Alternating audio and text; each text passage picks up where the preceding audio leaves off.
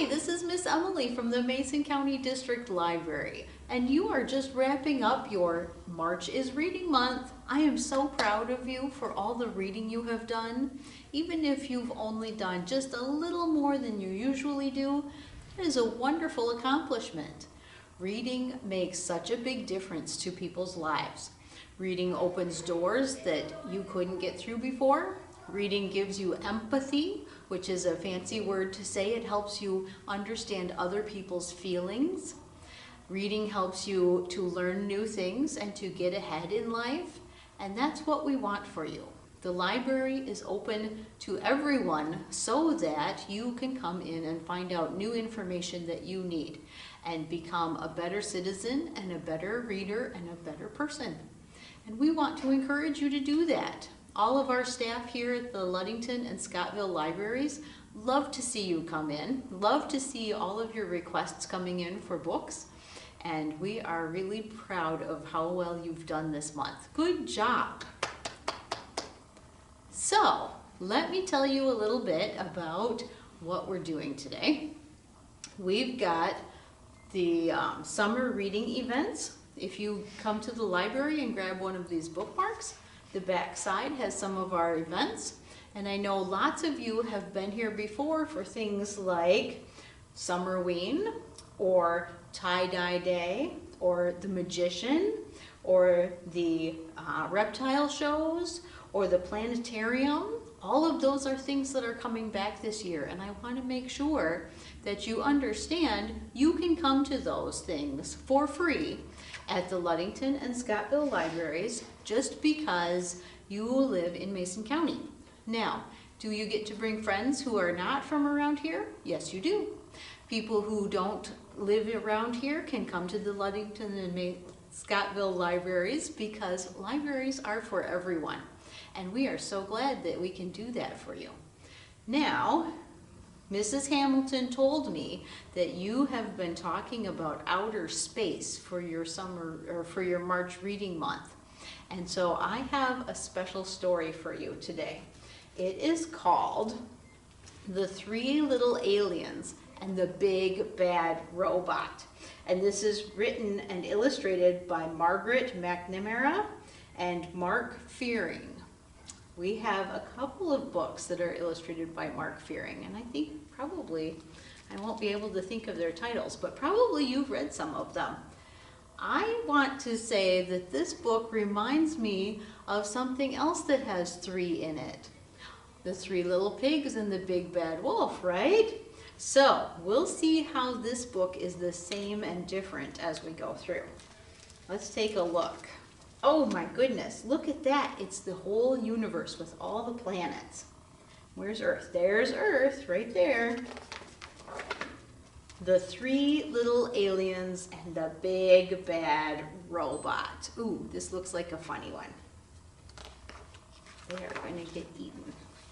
Once there was a mama alien who had three little aliens. They were called Bork, Gork, and Luixes. Bork, Gork, and Luixes grew up in an old-fashioned house in a snug, cozy crater on a tiny little planet. As the eons passed, their house got too crowded. So far, this sounds a lot like the Three Little Pigs. It's time for you to go out into the universe and find a planet of your own, their mama told them, giving each one a hug. But remember, watch out for the Big Bad Robot. It wants to chew you up. So Bork, Gork, and Luixes took off. Bye, Mama, they cried.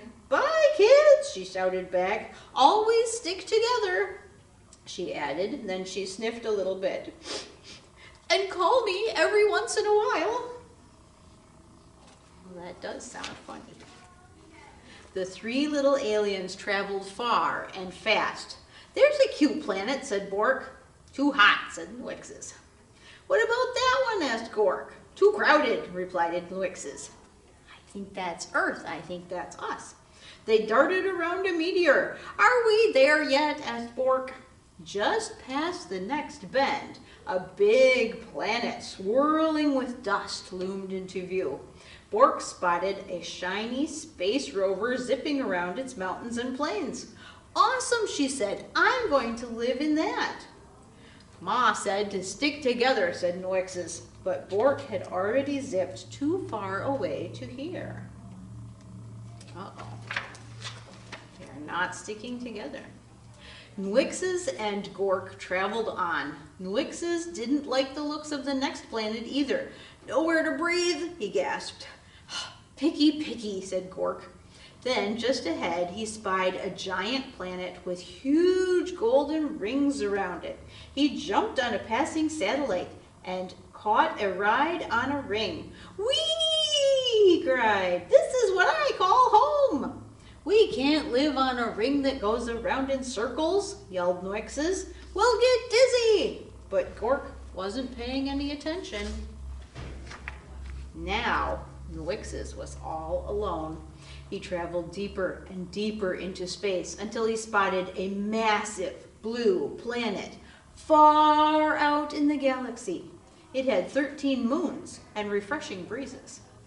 This faraway place is where I'll build my home, he said. It will be safe from the big bad robot. I don't know about that. Nuixes found everything he needed to make sturdy walls.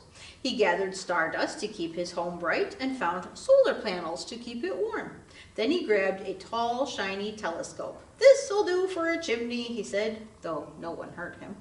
Rock by rock and row by row, Nuixes built the perfect house. When he was finished, he sat down and locked his door. His house was not very zippy or cool, but it was very safe, and there was room enough for the 3 little aliens.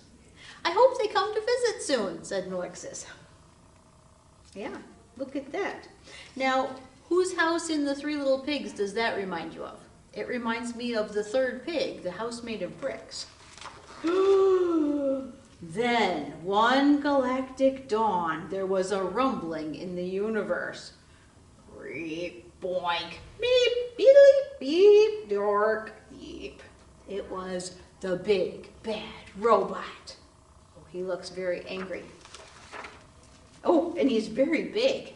Bork was so busy on her swirly red planet that she couldn't hear the robot's call. She didn't feel its giant footsteps as it leapt from star to star, and she didn't see the robot until it was right in front of her. Little alien, bleeped the robot. Pull over, pull over. Not by the wheels of my trusty space rover, cried Bork bravely. Then I'll crack and smack and whack your house down, beeped the robot. Oh, he's got her. And just like that, the robot cracked and smacked and whacked Bork's shiny rover into 100 pieces. Creep, boink, meep, beep, beep, bork, beep, beep. As fast as the speed of sound, Bork jetted away, the robot close behind her. Just as the robot was about to eat her up, she spotted Gork's satellite house. Gork! Gork! Help me! She cried. Where's Gork? Oh, there he is. But Gork was having so much fun surfing on the rings of his giant planet that he didn't hear Bork's cries. He didn't see the robot chomping on comets and ripping open black holes until the big bad robot caught Gork's satellite in his huge metal claw. Little alien, it boinked. Come out of hiding. Not by the orbit of this ring I'm riding, cried Gork stoutly. Then I will shatter and clatter and scatter your house down, boinked the robot. And before Gork could fly beneath the radar, that robot clattered and scattered and shattered Gork's satellite into 1,000 pieces. Creep, boink, work, meep, deep, biddly, eep, eep, eep. Gork barely escaped. Over here, called Bork. Stick together. At the speed of light, Gork and Bork blasted out into space with the big bad robot getting closer all the time. Where can we hide? Asked Gork. Let's find Nuixes, cried Bork. They'll know what to do. That's just like the 3 Little Pigs. He's destroyed 2 of the houses and now they're going to the 3rd. Nuixes had heard the robot's roar. He had seen what was going on with his brother and sister through his telescope, and he was ready. He flashed his solar panels halfway across the universe. "There he is!" cried Bork and Gork, and they zoomed to Nlix's house as fast as a hurtling asteroid. Look, there they are. And who's behind them? There's the big bad robot. "Get inside!" cried Nlix's. "No time to waste!" Oh, goodness. No sooner had Bork and Gork slammed Nlix's solid space rock door than they heard the robot rumbling. little alien, he quaked. "Let me come in." "Not by the slime on my chinny chin chin," cried Nlix's. "Then I will smack and crack and whack your house down," seeped the robot. What's Nlix's have in mind? Let's find out. The big bat robot bashed and crashed Nlix's strong, solid house. Nothing happened. Then it pounded and smashed really hard. Not a crack. Then it loaded up its triple blaster and zapped that house, but good. The house would not fall down.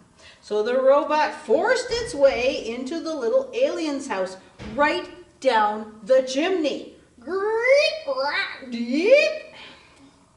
The aliens covered their ears and waited for the robot to chop them up.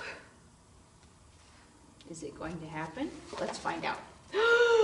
But halfway down the telescope, the robot got stuck tight. It strained and it struggled. It moaned and it groaned. Nlix's house shook and shuddered, but did it fall down? No, it did not. The robot gave one more mighty cry and burst into a million pieces. "Cool," said Bork. "Awesome," said Gork. "Just as I planned," said Nlix's. "There's just one thing missing," said Bork. What is missing? "Phone home," said Gork. So Nlix's did. "Ma," he said, "we have the coziest house in the galaxy. Won't you come over and tuck us in?" And she did. Oh, that's a wonderful ending. In the Three Little Pigs story, their mother didn't get to come visit, so I like that ending. And there are all the planets. Oh, look at that. There's the house, the first one. Well, no, not really. There's the house on Mercury, but it's not one of the robots' houses, is it? No, that's okay. Oh, goodness. So that was a fun story.